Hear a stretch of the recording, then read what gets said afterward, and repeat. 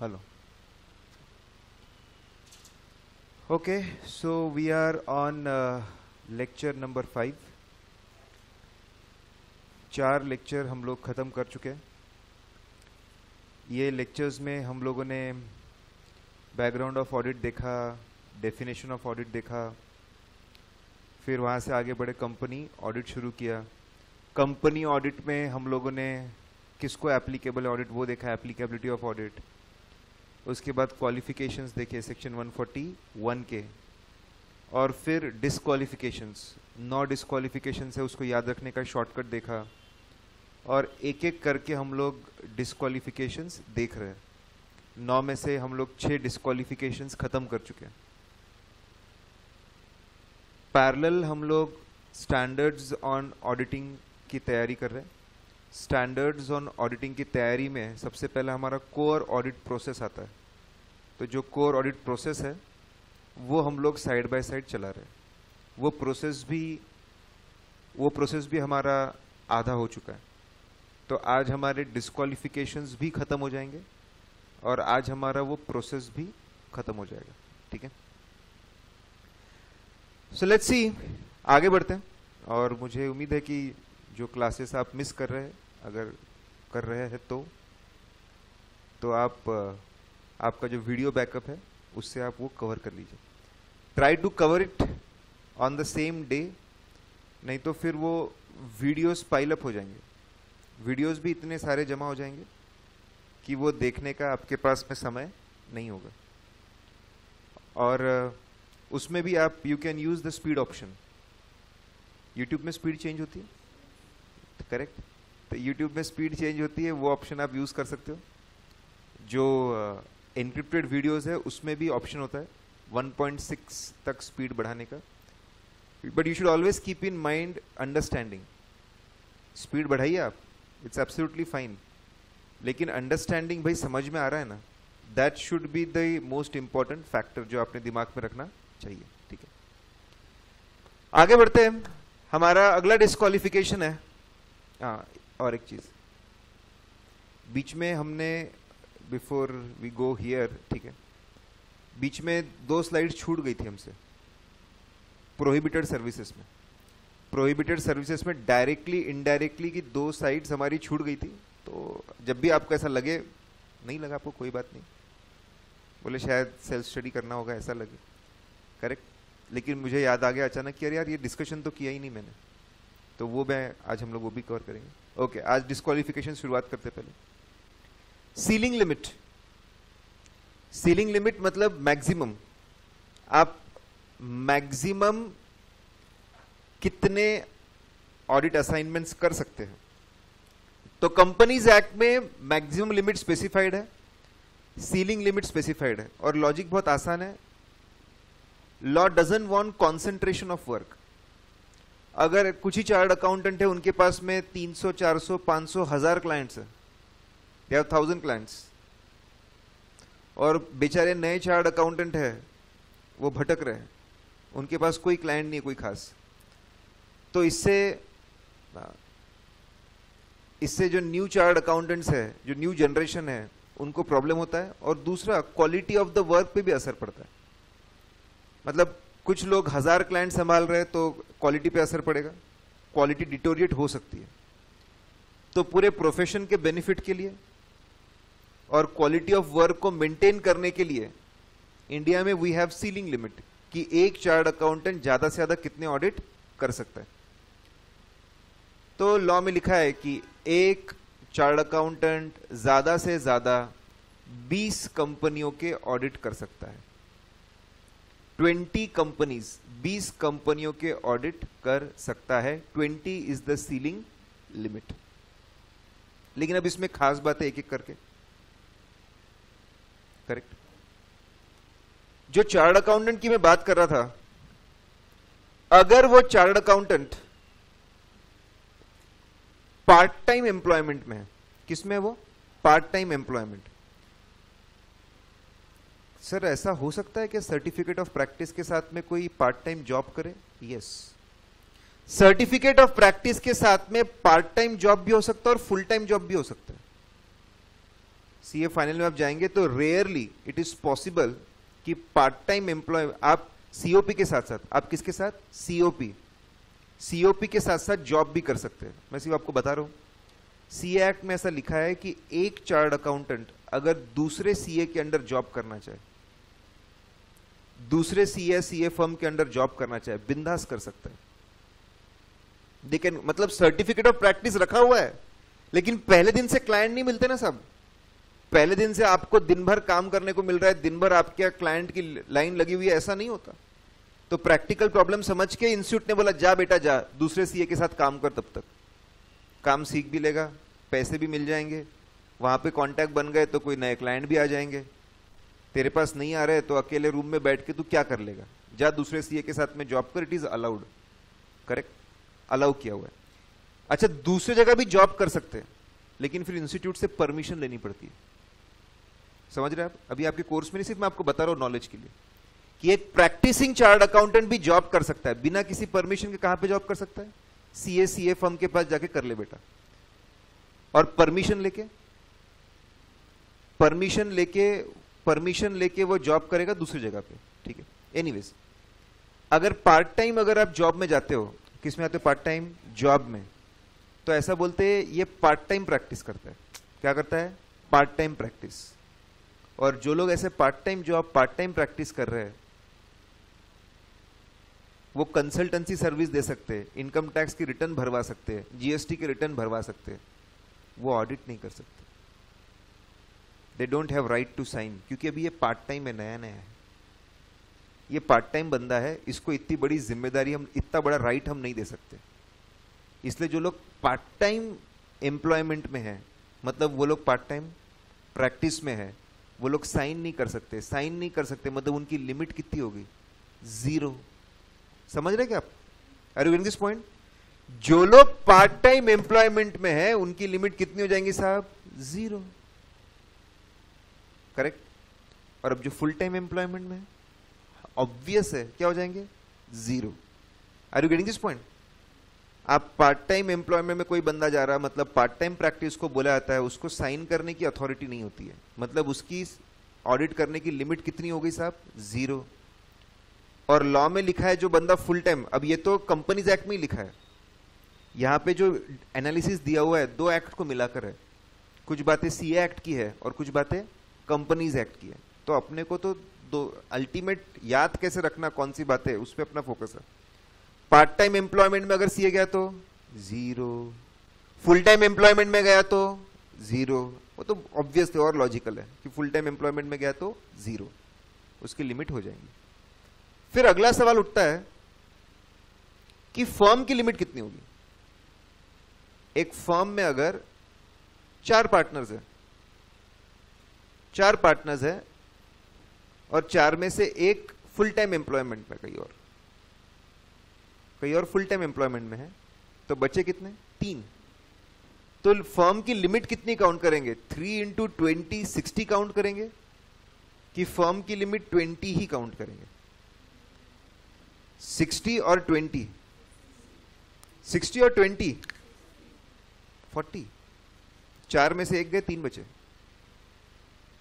तो 3 इंटू 20 60, 40 का आंकड़ा कहां से है? करेक्ट बोलना? 20? अच्छा 20 बोला था आपने, ओके। अच्छा अब हम लोगों ने कल पढ़ा था irrespective of number of partners indebtedness की लिमिट कितनी है? 5। तो वहां आपने बोला था कि नहीं, फर्म में कितने भी पार्टनर्स हो, इंडेटेडनेस की लिमिट कितनी होंगी? 5 लाख। लिमिट बढ़ने वाली नहीं है। सीलिंग लिमिट की तो आपने लिमिट बढ़ा दी। तो sir you are comparing two different things all together, apples and oranges ऐसा है सर, कुछ भी कंपेयर कर रहे हैं आप। नहीं, कभी कभी क्या होता है बच्चे फ्लो में आ जाते हैं और उसी के बेसिस पे यहाँ पे लगा देते। फ्लो में आना बहुत आसान है, वो अलग चीज है। वो किसकी बात थी? इंडेटेडनेस की। उसमें भी लॉजिक था, when firm is indebted it is assumed that each and every partner is indebted, joint and several responsibility होती है। Yes no? तो वो ये लॉजिक यहां पे नहीं, वहां पे इंडेटेडनेस था, यहां पे क्या है? लिमिट। कॉमन सेंस है, अगर तुम ऐसा नहीं करोगे तो कोई फर्म बनाएगा ही नहीं। बोले पागल हो गया, अकेले करो ऑडिट तो 20 और फर्म बनाकर करो तो भी 20, will not make any sense.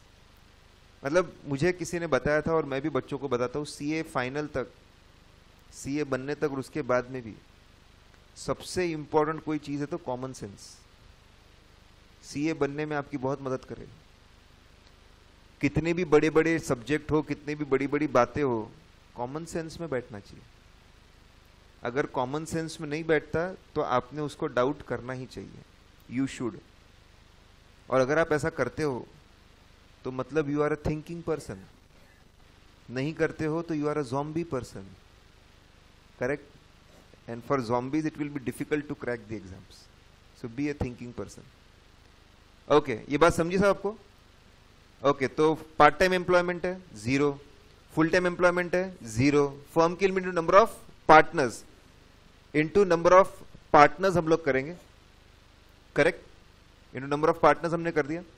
Now अब आगे बढ़ते हैं कि सपोज हमारे पास में 2 पार्टनर है।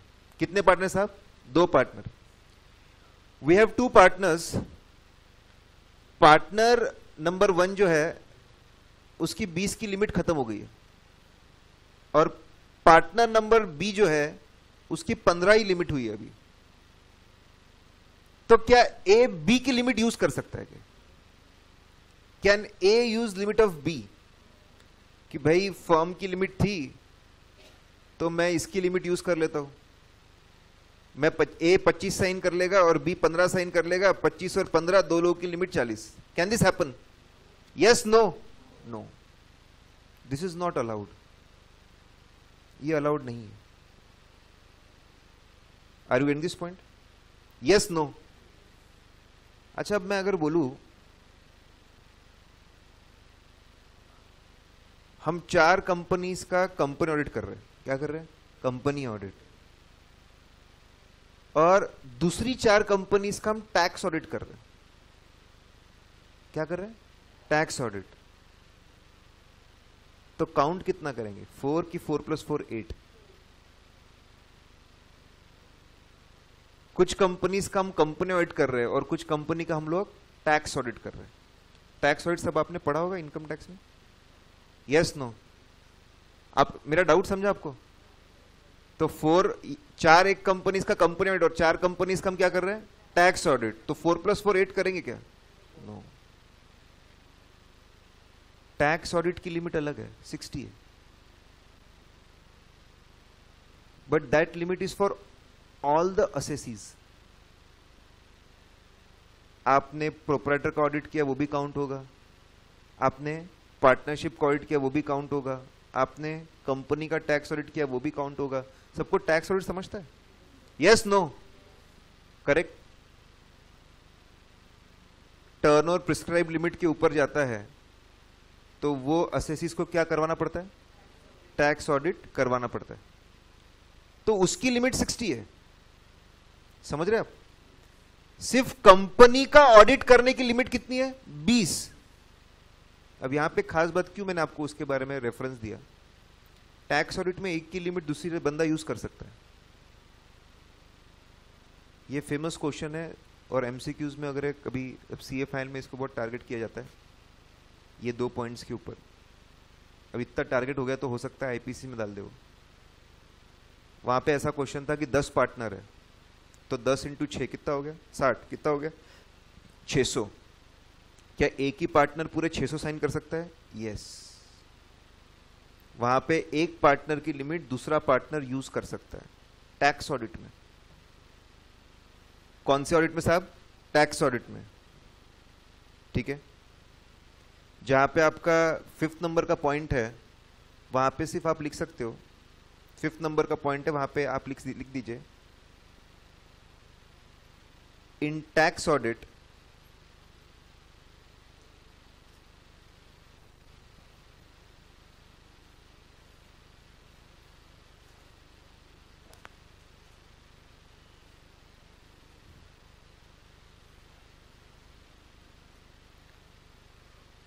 limit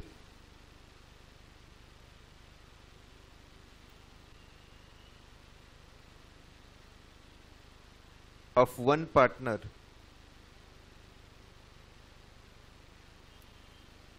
can be used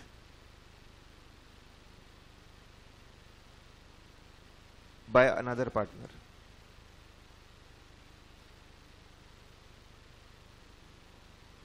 और जहां पे आपने लिमिट वर्ड लिखा होगा उसके आजू बाजू ऊपर नीचे कहीं पे ब्रैकेट में 60 लिख देना.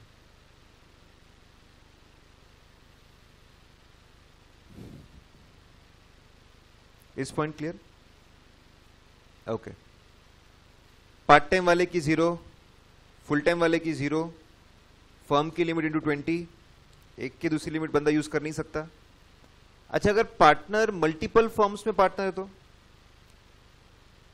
अलग अलग एरियाज में, करेक्ट? तो मतलब एक एरिया में गया, वहां पे पार्टनरशिप फर्म, उसकी लिमिट 20, फिर दूसरे एरिया में और एक पार्टनरशिप फर्म है, उसकी भी 20. ऐसा होगा क्या? फिर तो लिमिट का मजाक बन जाएगा. मतलब बस पार्टनरशिप फर्म बनाते जाओ, 20-20 मिलते गए. ऐसा नहीं होगा. फिर से कॉमन सेंस में नहीं बैठता. तो लॉ में सिंपल से लिखा है, if you are partner in multiple firms, all the assignments in your name combined should not exceed 20. आपके नाम पे जितने भी असाइनमेंट है, जितने भी असाइनमेंट आप साइन कर रहे हो, वो कंबाइन करके कितना क्रॉस नहीं होना चाहिए? 20 क्रॉस होना नहीं चाहिए. Is everyone clear about this? Okay. अभी कहानियां बहुत, फिर अब लोग ना बहुत ही ज्यादा परेशान हो गए. बोले सिर्फ 20, सिर्फ 20? खर्चे कितने होते हैं आजकल पता है तुमको? बोले सिर्फ 20 कंपनी को ऑडिट करेंगे? It is to low. खर्चे कैसे निकलेंगे? कमाई कैसे होगी? तो अच्छा, और एक प्रॉब्लम हो गया, कंपनी वाले परेशान हो गए. ऑडिटर असाइनमेंट छोड़ छोड़ के जा रहे हैं. नहीं नहीं, मैं सिर्फ महंगे वाले काम करूंगा. जो भी छोटी कंपनियां थी वो परेशान हो गए. छोटी कंपनीज परेशान हो गए कि अरे लोग मेरा ऑडिट नहीं कर रहे. बोले लिमिट, बोले फालतू इतनी सी फीस के लिए लिमिट में बर्बाद नहीं करूंगा. यहां पे ऑडिटर्स परेशान, सिर्फ 20 की लिमिट है. उधर वो कंपनी वाले परेशान कि यार ये ऑडिटर मेरे असाइनमेंट छोड़ छोड़ के जा रहे हैं. तो फाइनेंस मिनिस्ट्री के पास गए, जेटली साहब के पास, कि देखो ये जम नहीं रहा है कुछ, है ना, ये जम नहीं रहा है. तो उन्होंने एग्जेम्पशंस लाए. एग्जेम्पशंस लाए कि जब हम 20 की काउंटिंग करेंगे तो कुछ कंपनीज को काउंट नहीं करेंगे. कुछ कंपनीज को काउंट नहीं करेंगे मतलब जी लो जिंदगी, जितने चाहे उतने असाइनमेंट करो उसके, कोई फर्क नहीं पड़ने वाला. तुम भी खुश, वो कंपनी वाले भी खुश कि भाई मेरा ऑडिट करने से लिमिट कंज्यूम नहीं होती, तो सारे सीए मेरा ऑडिट कर सकते हैं. अब गेटिंग दिस पॉइंट? एग्जेम्पशन लाया उन्होंने. और अब एग्जेम्पशन लाने का एकदम सिंपल तरीका, कंपनीज एक्ट में तो क्या, कोई भी चीज एक बार पढ़ना है, फिर हर बार कंपेयर करना है. मतलब सर ये एग्जेम्पशन अभी हम पढ़ रहे हैं, अब जहां पर भी एग्जेम्पशन आएंगे ऐसे हम इससे कंपेयर करेंगे. मैंने बोला हर चीज मेरे को तो कोई ना कोई फ्लो में याद रहती है. सबसे छोटी कंपनी ओपीसी, 1 पर्सन कंपनी. उससे थोड़ी बड़ी स्मॉल कंपनी. उससे थोड़ी और बड़ी डॉर्मेंट कंपनी. करेक्ट? ऐसे मेरे दिमाग में तो यही फिट रहता है. थोड़ी और बड़ी डॉर्मेंट कंपनी. उससे थोड़ी और बड़ी private company having paid up capital, ठीक है, less than 100 crore. Not exceeding 100 crore नहीं बोला है, लेस देन. जनरली वर्डिंग्स क्या होती है? नॉट मतलब एक्सीडिंग, ये लिमिट के ऊपर. करेक्ट? जैसे अभी था, डिस्क्वालिफिकेशन कब लगेगा? एक्सीडिंग 5 लाख. रिलेटिव्स की होल्डिंग एक्सीडिंग 1 लाख. उसको याद नहीं रखना पड़ता, लेस देन वाली वर्डिंग को याद रखना पड़ता. ये लेस देन वाली वर्डिंग यहां पे क्विकली कितने लोगों को एग्जेम्प्ट किया? सबसे छोटा ओपीसी. 1 पर्सन कंपनी को एग्जेम्प्ट कर दिया. उससे बड़ा स्मॉल कंपनीज है, स्मॉल कंपनीज को. उससे बड़ा डॉर्मेंट कंपनी, डॉर्मेंट कंपनी से बड़ा private company, private company having paid up capital less than 100 crore. 4 तरह की कंपनीज को इन्होंने एग्जेम्प्ट कर दिया. इसका मतलब क्या हुआ? बस जी लो जिंदगी. जितने चाहे उतने ऑडिट्स करो, जितने चाहे उतने ऑडिट्स करो, कोई प्रॉब्लम नहीं है, no problem at all. Correct? कोई प्रॉब्लम नहीं है, कोई आपका लिमिट कंज्यूम होने वाला नहीं है। तो खुश हो गए लोग, बहुत बढ़िया। अच्छा, सबको डॉर्मेंट कंपनी समझता है? ऐसी कंपनी जिसमें कोई ट्रांजैक्शंस नहीं चल रहे, सिग्निफिकेंट ट्रांजैक्शन कुछ नहीं चल रहा, कंपनी बंद पड़ी है, ऐसा बोल सकते हैं। डॉर्मेंट वर्ड ही उसके लिए होता है, ठीक है? सिर्फ एसेट्स है उनके पास में शायद कुछ, तो उसको हम लोग डॉर्मेंट कंपनी बोलते हैं। तो ऐसी कंपनीज है, उनको क्या कर दिया साहब? Exempt. Is everyone clear about this? Yes, no? अच्छा, कहानी में ट्विस्ट। सीए इंस्टीट्यूट की 2008 की गाइडलाइंस है, काउंसिल गाइडलाइंस। सीए जैसे कंपनी में सबसे बड़े अथॉरिटी पे, सबसे बड़े पोस्ट पे कौन है? बोर्ड ऑफ डायरेक्टर्स बैठे हैं। Yes, no? Most powerful bodies, board of directors. पहले सीए इंस्टीट्यूट में सबसे बड़ी जो बॉडी है that is council of ICA. अभी इलेक्शंस भी है दिसंबर में, अभी मतलब अभी 8 तारीख को इलेक्शन है, वोटिंग के लिए जाना है मेरे को भी। सीए इंस्टीट्यूट के इलेक्शंस होते हैं काउंसिल बॉडी के लिए, तो उसके इलेक्शंस भी है। तो काउंसिल ने गाइडलाइंस बनाई थी 2008 में, 2008, और ये एक्ट है कब? 2013। तो काउंसिल गाइडलाइंस में ऐसा लिखा है that A chartered accountant cannot do more than 30 company audits. A chartered accountant cannot do more than 30 company audits। अरे रे रे रे रे, मतलब सीलिंग लिमिट पे 2 लोग बात कर रहे हैं। कंपनी एक्ट क्या बोलता है? 20। ये कितना बोलता है? 30। करेक्ट? अब दोनों लोग एक चीज पे बात कर रहे हैं, अब हमको कंबाइंड इंटरप्रिटेशन देखना पड़ेगा। क्या देखना पड़ेगा? Combined interpretation. अब कंबाइंड इंटरप्रिटेशन कैसा होता है? इसको इंटरप्रेट करने का एक तरीका होता है whichever is strict, whichever is strict. Strict कौन सा ज्यादा है, 20 वाला कि 30 वाला? 20 वाला। Yes, no? तो आप 20 वाला फॉलो कर लो। 20 फॉलो करोगे तो अपने आप क्या फॉलो होगा?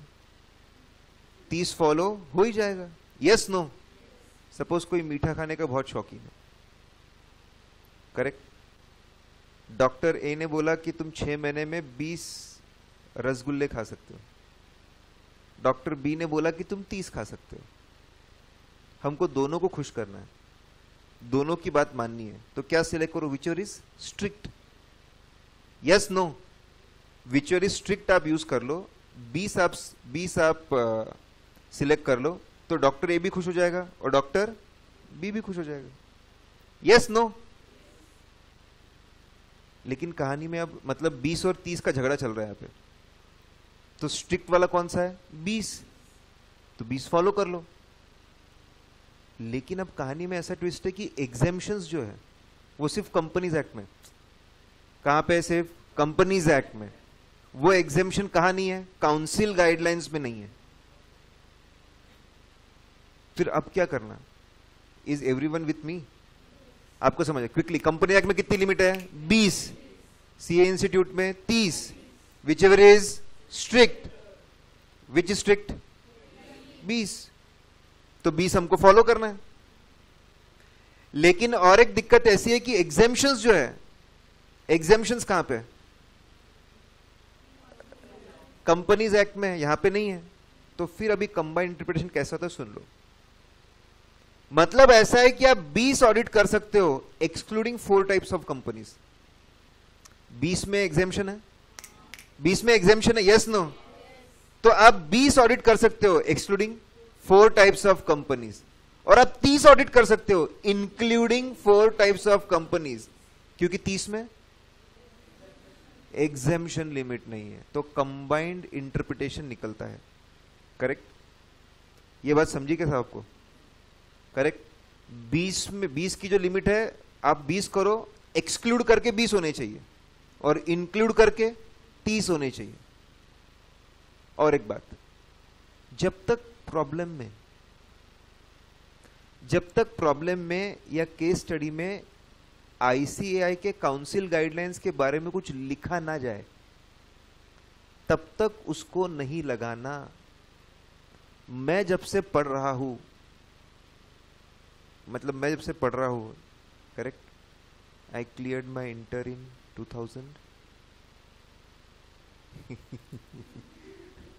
हाँ बराबर, हाँ वो रैंक का फोटो देखा होगा सर ने, तो उसमें 2003-4 में कंप्लीट। तो और उसके भी पहले से सेक्शन 224 सबसेक्शन 1 भी हुआ करता पुराने एक्ट में, तब से लिमिट चलती आ रही है, सिर्फ उसकी थोड़ी थोड़ी चीजें बदलती गई। तो तब से उन्होंने जितने भी केसेस पूछे हैं हमेशा 20 के हिसाब से आंसर किया है, कभी वो 30 लेके ही नहीं आए। They never brought 30 into consideration. तो हमको नॉलेज लेना जरूरी है साहब। अभी नए कोर्स में वो लोग क्या, हमको नॉलेज लेना जरूरी है, लेकिन हमको ये पता करना भी जरूरी है कि पास्ट पेपर्स में उन्होंने क्या किया। जो उन्होंने पास्ट पेपर्स में फॉलो किया हम फॉलो करते हैं। अपन ने भी खुद होके नहीं, आप सब एक्सप्लेन कर दो, 20 के हिसाब से सॉल्व कर दो केस स्टडी, आखिरी में जाके आप नोट दे सकते हो। एज पर आईसीआई का गाइडलाइंस 30 की लिमिट होती है, जिसमें एग्जामिशंस दिए हुए नहीं। Is point clear? ठीक है, सब छाप के दिया मैंने, क्योंकि मेरे को पता है मैं क्या बोल रहा हूं। Further, there are ICI guidelines 2008 which says ceiling limit should be 30, including all types of company. So if we take combined interpretation, then CA can do 20 audits excluding 4 types of companies specified above, and 30 companies including 4 types of companies specified. But this point can be given at the end as additional knowledge. Solve problems as per limit of 20. Unless specifically mentioned about the guidelines. बात समझिए? Yes, no? Okay, अब मैं आपको cases पूछता हूं, correct? इसी knowledge के ऊपर जितना हमने पढ़ा उसके ऊपर बेस्ड, ठीक है?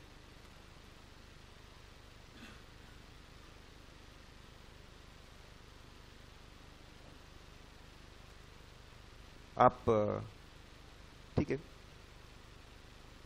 मैं भी लिखता हूं।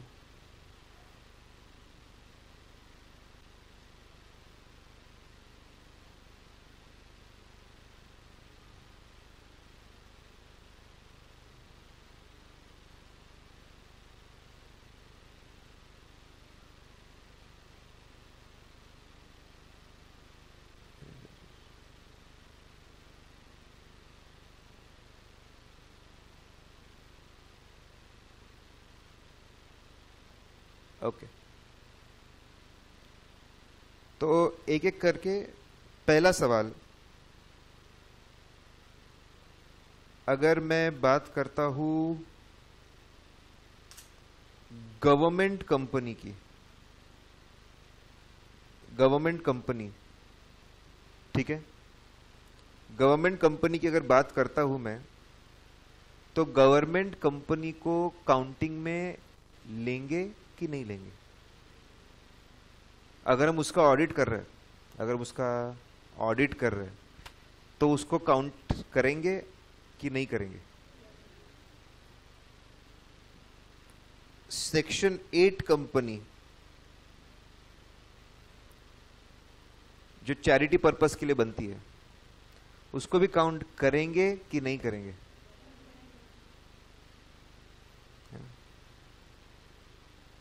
फिर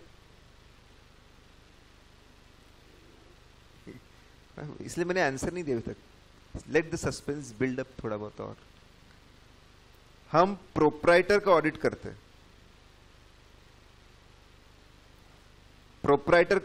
हैं, उसको काउंट करेंगे कि नहीं करेंगे?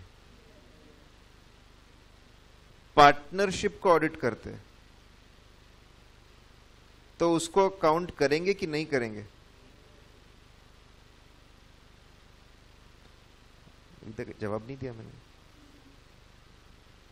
फिर हम लोग जॉइंट ऑडिट्स करते हैं, मतलब एक ही एंटिटी के दो ऑडिटर्स, एक ही एंटिटी के दो ऑडिटर्स या तीन ऑडिटर। तो अगर जॉइंट ऑडिट है तो लिमिट काउंट करेंगे कि नहीं करेंगे? क्योंकि हम पूरा ऑडिट नहीं कर रहे, हम आधा ऑडिट कर रहे या 1/3 कर रहे, 4 हुए तो 1/4 कर रहे, काउंट करेंगे कि नहीं करेंगे? करेंगे। फिर करेंगे तो और एक सवाल उठेगा, कितना काउंट करेंगे? आधा ऑडिट किया, 1/4 किया, 1/3 किया।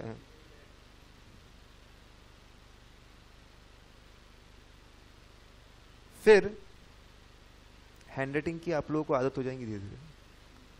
तो you must have realised why I don't write much, correct? बचपन से ऐसी है, कुछ नहीं कर सकता मैं। तो मेरे दोस्त तो बोलते थे ये क्या लिखता था, सामने वाले को समझता था नहीं। इसको मार्क्स वार्क्स मिल गए। तो जॉइंट ऑडिट। फिर इसके बाद अगर कोई बंदा कंपनी का ऑडिट कर रहा है, साथ में ब्रांच का ऑडिट भी कर रहा है, तो कितना, मतलब एक काउंट करेंगे कि दो काउंट करेंगे? और सिर्फ अगर ब्रांच का कर रहा है,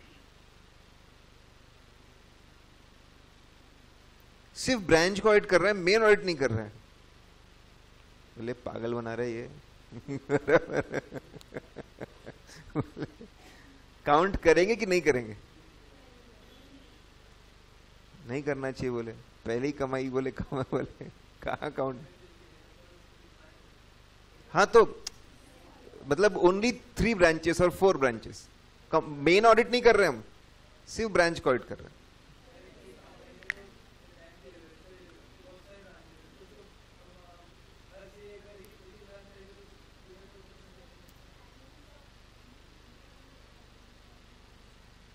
काउंट करेंगे आप बोल रहे, करने चाहिए, करेक्ट। सर ने बोला एसबीआई कॉमन सेंस में नहीं बैठता सर, बोला ऐसा आपका मानना है? एसबीआई के I don't know how many branches, but it must be, अभी मैंने पढ़ा था लेकिन अभी वो क्लिक नहीं हो रहा, मस्ट बी मोर देन 50,000, बहुत ज़्यादा होगा, बराबर है 50,000 या उसके आसपास, 50,000 के तो ऊपर है। It is Fortune 500 company SBI, one of the biggest companies of the Fortune 500, मतलब biggest of the world, top 500 में आती है एसबीआई। चलो बताऊंगा मैं आपको। फिर इसके बाद फॉरेन कंपनी,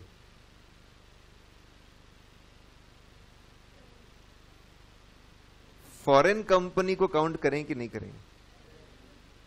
यस नो? करेंगे काउंट?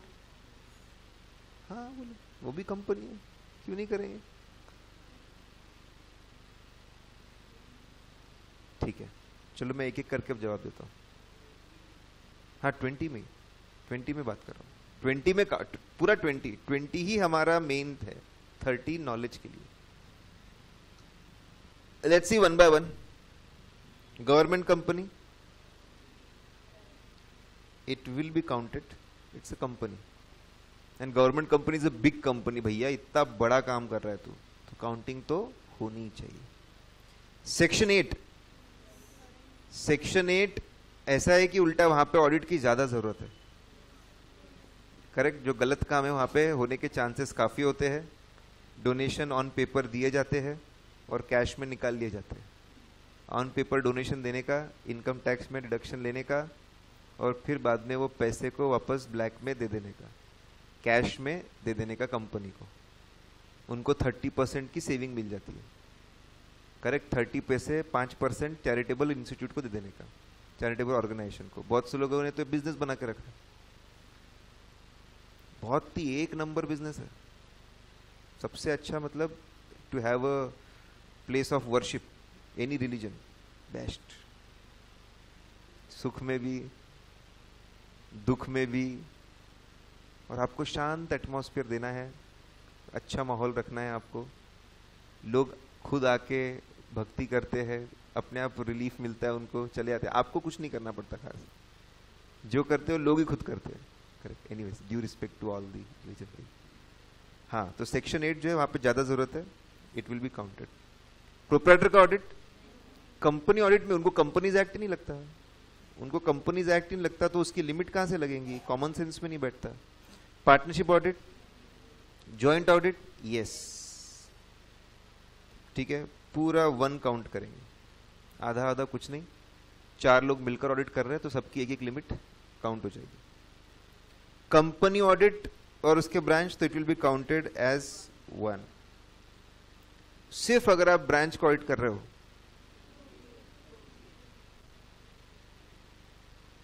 ठीक है, it will not be counted, it will not be counted. मैं भी ऐसा मानता था कि ब्रांचेस का अगर ऑडिट है तो काउंट करना चाहिए। फिर कंपनीज एक्ट 1956 के बहुत सारे सर्कुलर्स वगैरह पढ़, उसमें एक सर्कुलर में ऐसा लिखा है, डिपार्टमेंट ने क्लैरिफाई किया है कि उसको काउंट करने की ज़रूरत नहीं है, और वही रीज़न था कि बहुत हार्डशिप हो जाएंगी चार्टर्ड अकाउंटेंट्स को। चार्टर्ड अकाउंटेंट्स को बैंक ऑडिट लगते हैं हर साल, बैंक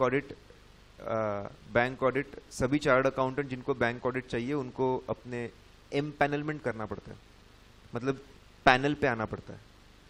पैनल मतलब लिस्ट, पैनल मतलब लिस्ट, तो उस पे आना पड़ता है। तो फिर उनको बैंक ऑडिट्स अलॉट होते हैं, ब्रांचेस वगैरह भी मिलती है, अलग अलग बैंक्स की मिल सकती है, तो बोले वहाँ पे कंज्यूम हो जाएगा, तो उसको काउंट नहीं करते, only branches. Foreign company is very interesting, अब वो ध्यान से सुन लेना, नहीं बोला इंटरेस्टिंग। फॉरेन कंपनी के नाम में कंपनी है, but it is not a company, है ना? क्या बोल रहा है, बोले समझ रहा है क्या तेरे को? Foreign company is a company which is registered outside India, बराबर, having place of business in India, तो it is registered outside India, yes no? Okay, so foreign company is registered outside India. अब India में companies act की अगर आप definition पढ़ोगे, company means company, company means, तो बचपन में मेरे को बहुत कंफ्यूज होता था यार, कंपनी के डेफिनेशन में उन्होंने कंपनी वर्ड यूज किया है ना, कंपनी के डेफिनेशन में कंपनी वर्ड यूज कर लिया, कहां जाऊं मैं? Company means company which is registered in India, तो मुझे लगता है कि ऐसा उन्होंने लिखना चाहिए था, entity which is registered as company in India, वो ज्यादा बेहतर होता, लेकिन अपन कुछ नहीं कर सकते। कंपनी मतलब क्या? कोई भी एंटिटी अगर इंडिया में आरओसी के पास में जाकर रजिस्टर हुई है एज अ कंपनी, करेक्ट, तो उसको हम लोग क्या मानते हैं इंडिया में? Company, under the current act और the previous act, yes no? अब ये जो फॉरेन कंपनी है, it is not registered in India, it is registered outside India, तो it is not covered in definition of company, तो उसको बोलते हैं body corporate. It is artificial, लेकिन ये आर्टिफिशियल है, जो भी है बाहर बनी है, लेकिन ये क्या है? आर्टिफिशियल है, तो it is artificial legal entity, body corporate है। हवा लग रही है सब? Yes no? तो बहुत आसान है, और ये डेफिनेशन सेक्शन में दिया भी है, जब अपन डेफिनेशन सेक्शन देखेंगे आखिरी में तो तब इसको भी कवर अप कर लेंगे। फॉरेन कंपनी के नाम में कंपनी है, लेकिन वो कंपनी नहीं है, वो बॉडी कॉर्पोरेट है, because it is registered outside India. अब यहां पे कंट्रोवर्सी इरप्ट हो गई, कुछ लोगों ने बोला कि अरे this limit is for company audits and it is not a company, so it should not be counted। अरे लिमिट किसके लिए? कंपनी ऑडिट्स के लिए, और ये कंपनी नहीं है, it is not a company, तो इसको काउंट क्यों कर रहे हो? It should not be counted.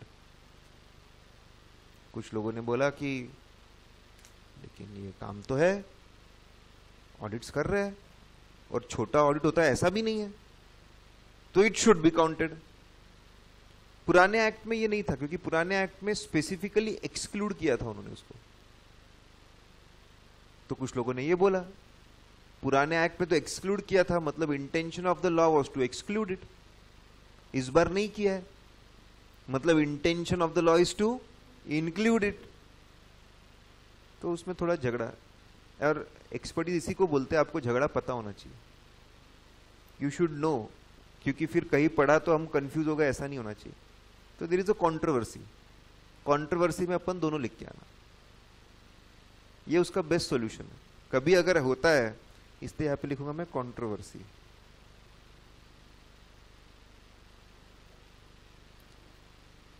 और ये छाप के दिया मैंने, little controversy here regarding foreign company. Foreign company is considered as body corporate and not company as per Companies Act. Now while counting we should only take companies and not body corporates such as foreign company. This view is supported by some authors, but practice manual, अभी तक के practice manual बहुत ज़्यादा famous हुआ करती थी, क्योंकि old course में it was a question bank, correct. तो मैंने बोला, मैंने प्रॉमिस किया आप लोगों को इस बार कि मैं देने वाला हूँ क्वेश्चन बैंक। तो but PM sometimes considers foreign company while counting, so express both views while answering questions. दोनों व्यूज अगर इस पॉइंट पे आया तो ठीक है। हवा लगी सब आपको? ये भी आप लोगों ने लिख लेना चाहिए, आई डोंट नो इफ लिखा है तो, मतलब आपको ऐसे ही लिखना अपने फटाफट।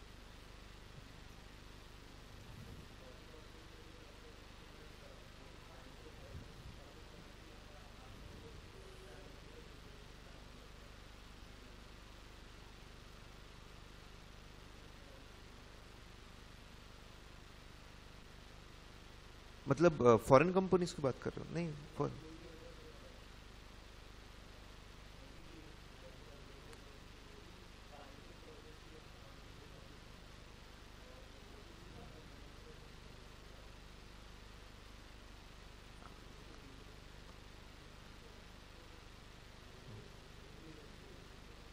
वो अलग है, वो पार्टनरशिप फर्म्स के लिए। पार्टनरशिप फर्म्स एक लिमिट के ऊपर अगर बड़ी हो जाती है, पार्टनरशिप फर्म या कोई भी अगर कुछ लोग मिलकर अगर काम कर रहे हैं, करेक्ट, और जो प्रॉफिट शेयरर्स है, जो जितने लोग प्रॉफिट शेयर कर रहे हैं, वो अगर बहुत ज्यादा, पार्टनरशिप फर्म के लिए बेसिकली अगर वो फर्म बहुत बड़ी हो जाए तो आपको कंपल्सरीली कंपनी में रजिस्टर करना पड़ता है। वो चीज यहां एप्लीकेबल नहीं होगी, because this is not partnership firm, ये ऑलरेडी रजिस्टर्ड एंटिटी है, ठीक है। और कंपनीज एक्ट में फॉरेन कंपनी के लिए पूरा अलग से चैप्टर है, उनके लालन पालन के लिए, उनसे रिलेटेड जितने भी रूल्स रेगुलेशंस है उसके लिए अलग से चैप्टर बना हुआ है, तो वो यहाँ पे एप्लीकेबल नहीं होगा। सर का डाउट समझा? सर ने बोला कि यार एक लेवल के ऊपर अगर आपके मेंबर्स बढ़ते हैं तो आपको कंपनी बनाना ही है, but that is applicable to partnership firms. Firms अगर एक लिमिट लेवल के ऊपर बड़ी हो जाती है तो उनको एज अ कंपनी रजिस्टर होना पड़ता है।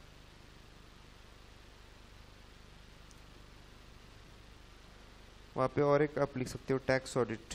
टैक्स ऑडिट किसी भी तरह का काउंट नहीं होगा, this only company audit limit.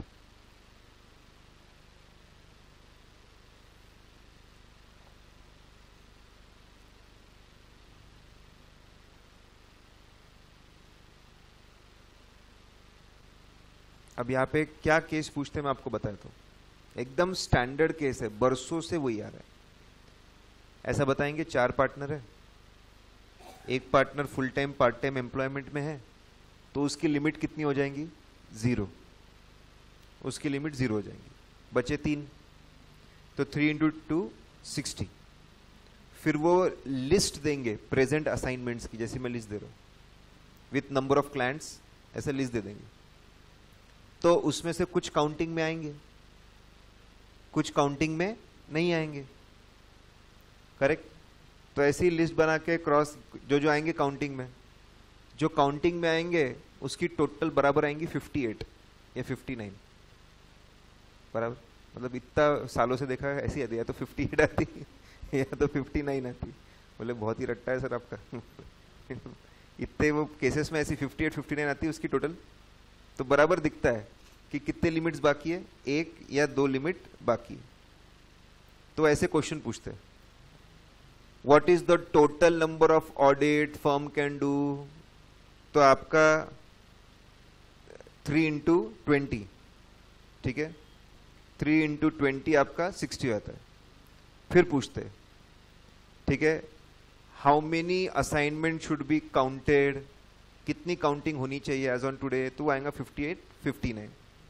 फिर पूछते कितनी लिमिट बाकी है, तो 60 माइनस 58, 2 लिमिट बाकी है, 1 लिमिट बाकी है, सबके 2-2 मार्क रहते हैं, करेक्ट। फिर उसके बाद आखिरी क्वेश्चन रहता है, सपोज कंपनी को हमने ऑफर किए इतने असाइनमेंट्स, फर्म को हमने और इतने असाइनमेंट्स ऑफर किए, उसमें भी कुछ काउंटिंग वाले रहते हैं और कुछ काउंटिंग वाले नहीं रहते। Are you getting this point? Yes no? तो हमको उधर भी देखना पड़ता कि ये तो काउंटिंग में नहीं आएगा, जैसे एग्जाम्प्ट वाले वो काउंटिंग में आने वाले नहीं है। तो फिर उसमें ऐसा दिखता कि बराबर 1 या 2 ही काउंटिंग आती है, जो असाइनमेंट्स ऑफर किए, जो असाइनमेंट्स ऑफर किए उसमें 1 या 2 की काउंटिंग आती है। फिर यह बोलना पड़ता है, कभी कभी मैच हो जाता, 58 यहां पे आ रहा था, 2 लिमिट है, यहां पर भी 2 लिमिट है, yes they can accept. Getting this point? फिर कभी आता यहां 59 था, 59 हो चुके थे और ऑफर में कितने मिले, 2, तो बोले एक एक्सेप्ट कर सकते, एक एक्सेप्ट नहीं कर सकते, और वो भी एक्सेप्ट करना है तो एग्जिस्टिंग कोई असाइनमेंट छोड़ना पड़ेगा। समझ रहे मैं क्या बोल रहा हूं? वंस अगेन बता रहा हूं मैं, वो क्वेश्चन बैंक के अंदर ये क्वेश्चन डाल दूंगा मैं, रहेगा उसमें, बहुत सिंपल सा रहता है। पहले पूछते कि टोटल कितने असाइनमेंट कर सकते, कितने पार्टनर थे, 3, 3 इंटू 20 कितने हो गए, 60। फिर बोलते अभी जो असाइनमेंट की लिस्ट है वो ये है, अब काउंटिंग करो, तो कुछ काउंट होंगे, कुछ काउंट होने वाले नहीं है, जो काउंट होने वाले उसका टोटल आएगा, सपोज 58 आ गया टोटल। फिर पूछेंगे कितनी लिमिट बाकी है, 60 माइनस 2 कितनी बाकी है, 2। फिर ऐसा बताएंगे 10 नए कंपनीज का ऑफर हुआ है, लेकिन 10 में से आप देखोगे तो 10 में से आप अगर देखोगे तो 8 की तो काउंटिंग करने की जरूरत नहीं है, क्योंकि वो 1% कंपनी थी, डॉर्मेंट कंपनी थी, या आपके correct small companies, private companies, इन सब में आ गए वो, या फिर प्रोप्राइटर वगैरह थे जिनकी काउंटिंग करने की जरूरत नहीं है। तो बराबर उसमें भी बात है कि काउंटिंग वाइज सिर्फ 2 ही काउंट करना है, इसमें से सिर्फ कितना काउंट करना है, 2। फिर अल्टीमेट आंसर देना पड़ता है कि एक्सेप्ट करना कि नहीं करना, तो लिखना पड़ता है 58 हो गए थे, 2 की लिमिट हमारे पास में अवेलेबल थी, जो ऑफर किया है उसकी काउंटिंग भी सिर्फ 2 होने वाली है, तो वी कैन एक्सेप्ट। और अगर मिसमैच निकला, सपोज कभी यहाँ पे 59 आ रहा है, 1 ही बाकी था, और यहाँ पे कितने मिल रहे हैं, 2, तो बोले एक एक्सेप्ट करना, एक छोड़ देना।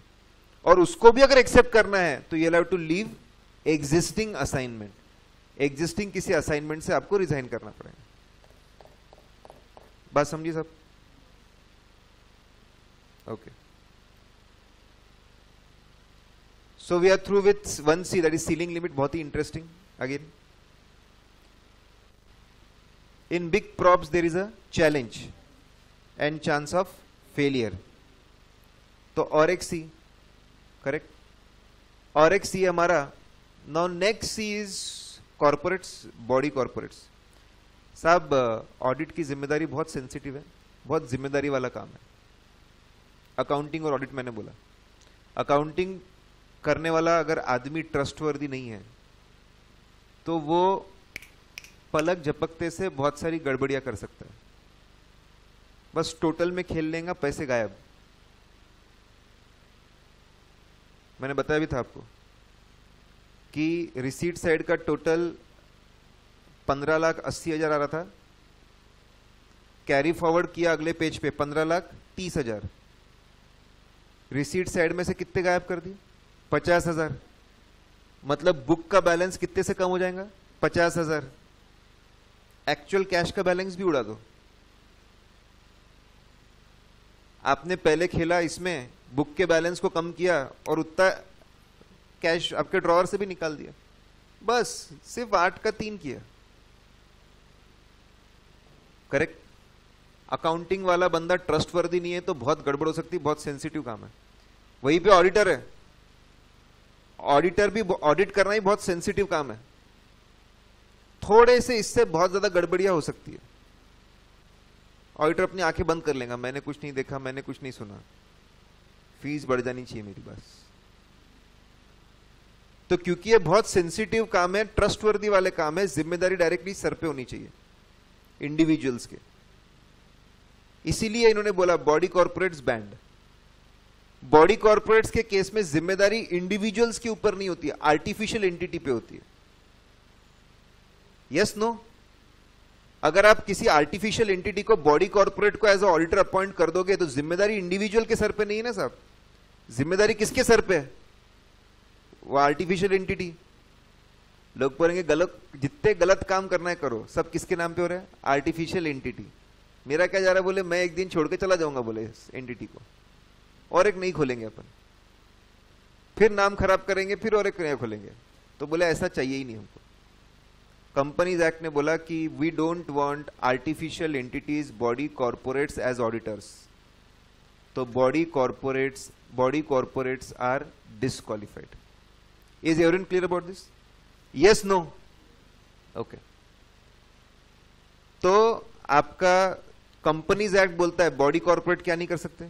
ऑडिट नहीं कर सकते। सीए एक्ट बोलता है, सीए एक्ट का सेक्शन 25 कि कंपनी बनाकर चार्टर्ड अकाउंटेंट्स अकाउंटिंग भी नहीं कर सकते। क्या नहीं कर सकते? अकाउंटिंग नहीं कर सकते। Yes no? अच्छा, सीए एक्ट ने बोला कंपनी फॉर्मेट में अकाउंटिंग मत करो, मतलब वापस बॉडी कॉर्पोरेट फॉर्म में तुम अकाउंटिंग मत करो। और कंपनीज एक्ट ने बोला बॉडी कॉर्पोरेट फॉर्म में तुम ऑडिट मत करो, क्योंकि दोनों सेंसिटिव काम है, इंडिविजुअल्स ने और पार्टनर्स ऑफ पार्टनरशिप फर्म ने करने चाहिए। Are you getting this point? Yes no? तो बोले ये गलत है। बोले साहब अकाउंटिंग पे बैन लगा दिया, बॉडी कॉर्पोरेट्स के थ्रू अकाउंटिंग पे बैन लगा दिया सीए एक्ट ने, और ऑडिट पे बैन लगाया कंपनीज एक्ट ने। ठीक है। फिर कहानी में 2 ट्विस्ट। बॉडी कॉर्पोरेट की डेफिनेशन अगर आप पढ़ोगे, बॉडी कॉर्पोरेट की डेफिनेशन अगर आप पढ़ोगे कंपनीज एक्ट में, तो उसमें लिखा है इट एक्सक्लूड्स कोऑपरेटिव सोसाइटी। अगर आप बॉडी कॉर्पोरेट की डेफिनेशन देखोगे तो it excludes cooperative society. Cooperative society को बॉडी कॉर्पोरेट नहीं माना जाता। ठीक है, it is not considered body corporate. Good for them. तो किसी ऑथर ने दिमाग लगाया, body cooperative society is not a body corporate, that means they are not disqualified. Yes no? Cooperative society कौन नहीं है? बॉडी कॉर्पोरेट नहीं है। अगर वो बॉडी कॉर्पोरेट नहीं है मतलब वो डिस्क्वालिफाइड नहीं है, वो डिस्क्वालिफाइड नहीं है मतलब वो ऑडिट कर सकते। तो ये गलत है, because they are not covered in qualification. Before you move to disqualification first you should be qualified. पहले तुम क्वालिफाइड होने चाहिए, फिर उसके बाद डिस्क्वालिफाइड नहीं होने चाहिए, तब फिर तुम ऑडिट कर सकते हो। तुम क्वालिफाइड ही नहीं हो तो वो इंटरप्रिटेशन की कोऑपरेटिव सोसाइटी, वो इंटरप्रिटेशन की तुम कोऑपरेटिव सोसाइटी ऑडिट कर सकता है, ऐसा गलत है। अच्छा, दूसरी बात, इन्होंने एक एग्जेम्पशन दिया, LLP, limited liability partnership. LLP is a body corporate as per LLP act. LLP act के हिसाब से एलएलपी क्या है? बॉडी कॉर्पोरेट है। तो उन्होंने बोला हम उसको बॉडी कॉर्पोरेट नहीं मानेंगे for disqualification. Are you getting this point? अगर वो एलएलपी को बॉडी कॉर्पोरेट मानते तो मतलब एलएलपी बनाकर हम ऑडिट नहीं कर पाते। Yes no? अगर हम एलएलपी बनाकर ऑडिट नहीं कर पाते, अगर एलएलपी बनाकर ऑडिट नहीं कर पाते तो चार्टर्ड अकाउंटेंट्स एलएलपी नहीं बना पाते। और LLP is a new format of doing business and profession. हमने क्यों पीछे रहना चाहिए? लोग पहले पार्टनरशिप बनाने से इतने डरते थे, करेक्ट? पार्टनरशिप से बहुत ज्यादा डरते थे। क्यों पार्टनरशिप से लोग डरते थे? वाई? क्योंकि गलत काम कुछ वो करेगा और भुगतना हमको पड़ेगा, करेक्ट? ये बहुत दिक्कत होती थी, तो लोग आसानी से पार्टनरशिप नहीं बनाते थे। यार अब मैं इसको समझूं, पहले इसका व्यवहार कैसा है, मेरे से बगैर पूछे लोन ले लिया इसने फर्म के नाम पे, तो इसलिए अब ये तो बोला एक काम करो, लिमिटेड लायबिलिटी रखो, बिंदास बना पार्टनरशिप, जितने पैसे लगाए उतने डूबेंगे और नहीं देना पड़ेगा। तो LLP is the new format, LLP is the new format, correct? तो एलएलपी नया फॉर्मेट है, तो उन्होंने उसको एग्जेम्प्ट कर दिया। बात समझिए साहब? ओके, एक करके फिर से बता रहा हूं मैं। बॉडी कॉर्पोरेट्स मतलब आर्टिफिशियल लीगल एंटिटीज, ठीक है? बॉडी कॉर्पोरेट्स में इंडिविजुअल्स के सर पे जिम्मेदारी होती नहीं है। अगर वो जिम्मेदारी नहीं उठाने वाले तो इन्होंने ऑडिट करना नहीं चाहिए, इसलिए उनको क्या करता है? डिस्क्वालीफाई, वो ऑडिट नहीं कर सकते। और सीए एक्ट ने बोला तुम क्या नहीं कर सकते? अकाउंटिंग भी नहीं कर सकते, करेक्ट? लेकिन बॉडी कॉर्पोरेट होने के बावजूद आपको हम अलाउ करेंगे ऑडिट करने के लिए only if you are LLP, क्योंकि ये उभरता हुआ फॉर्मेट है और सीए लोगों ने भी इसको यूज करना चाहिए, तो बोले बिंदास बनाओ, हम इसको बॉडी कॉर्पोरेट नहीं मानेंगे, only for the purpose of disqualification. बिंदास बनाओ, बोले आप एलएलपी बनाकर भी ऑडिट कर सकते हो। Yes no? और कोऑपरेटिव सोसाइटी को भले ही आपने डेफिनेशन में नहीं लिया हो बराबर, लेकिन वो ऑडिट कर नहीं सकते क्योंकि वो क्वालिफाइड नहीं है। अच्छा, आप आर्टिफिशियल एंटिटीज बनाकर, बॉडी कॉर्पोरेट बनाकर कंसल्टेंसी का काम कर सकते हो क्या? यस, वो करो, ऑडिट मत करो। हवा लगी आपको सबको? सारी बात यहां पे दी है, दोनों सेंसिटिव काम है। सी एक्ट ने बोला कंपनी बनाकर अकाउंटिंग मत करो, इन्होंने बोला कंपनी बनाकर ऑडिट मत करो। एलएलपी एक्ट उभरता हुआ प्लेटफॉर्म है, अलाउ करना चाहिए, माना बॉडी कॉर्पोरेट है फिर भी अलाउ करना चाहिए, तो उसको बॉडी कॉर्पोरेट नहीं मानते, only for this particular, only for this disqualification. Consultancy काम करो बिंदास। Cooperative society is excluded from definition of body corporate. आगे लिख दो वहां पे definition of body corporate.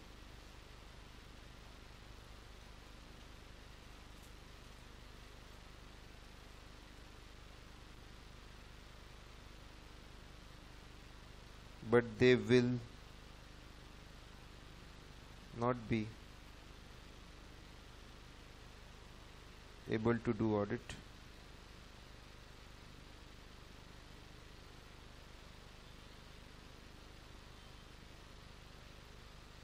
as they are not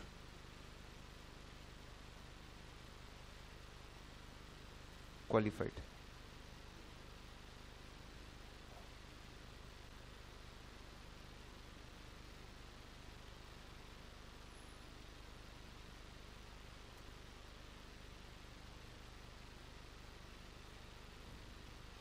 ठीक है? ओके, द लास्ट डिस्क्वालिफिकेशन,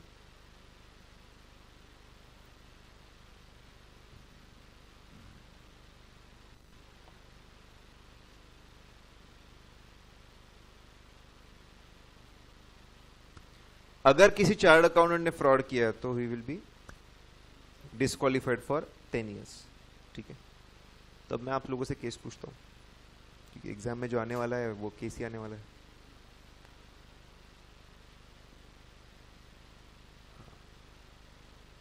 एक चार्टर्ड अकाउंटेंट है, वो चार्टर्ड अकाउंटेंट स्टॉक एक्सचेंज से, स्टॉक एक्सचेंज के बहुत सारे रिलेटेड काम करता रहता है। उस पे ये एलिगेशंस है कि उसने स्टॉक एक्सचेंज में 50 करोड़ का फ्रॉड किया है। Will he get disqualified? Yes no? Yes no? Answer is no. Allegation word था मेरा, कन्विक्ट होना चाहिए। सिर्फ इल्जाम लगाने से कोई डिस्क्वालीफाई नहीं होता, तो पहला केस इस पे बन सकता है। सो बी केयरफुल, एलिगेशन एलिगेशन तुम लोग खेले तो फंस जाओगे, ठीक है। फिर वापस सीए है, इस बार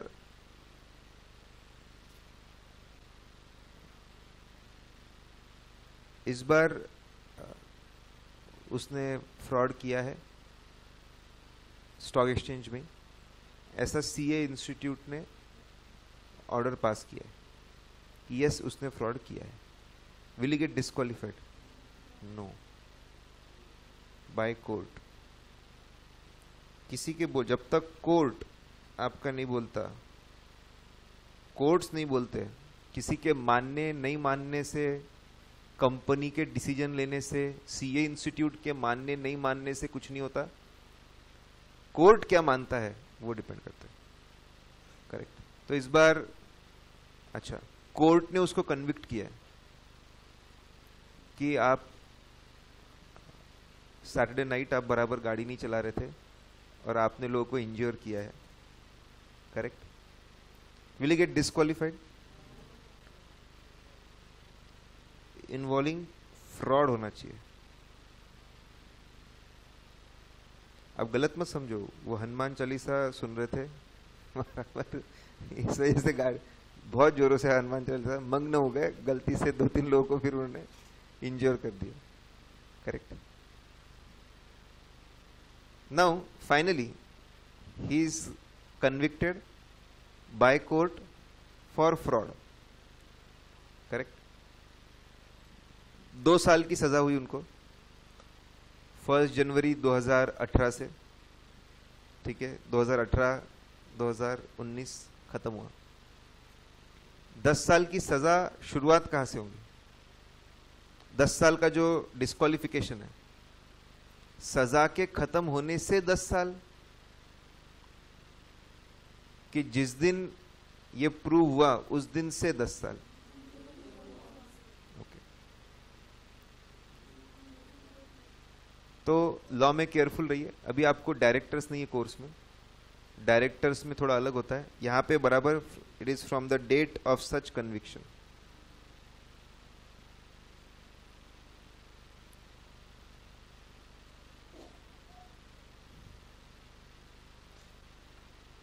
तो वो इतना सेंटेंस था, उसमें 4 केस बन सकते हैं। अगर मजे लेने ना इंस्टीट्यूट को, करेक्ट, तो बहुत मजे ले सकते हैं।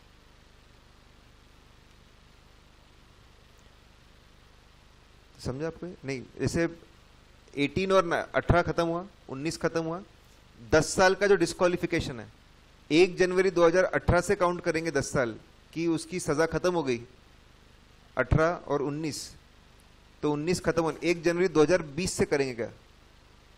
काउंटिंग कहां से शुरुआत करेंगे? हाँ वही आपने बोला, समझा नहीं? अच्छा अब समझा? ओके ओके, ये बात समझी आपको साहब? Is point clear? So we are through with all the disqualifications. Disqualifications हमारे खत्म हो चुके हैं, करेक्ट।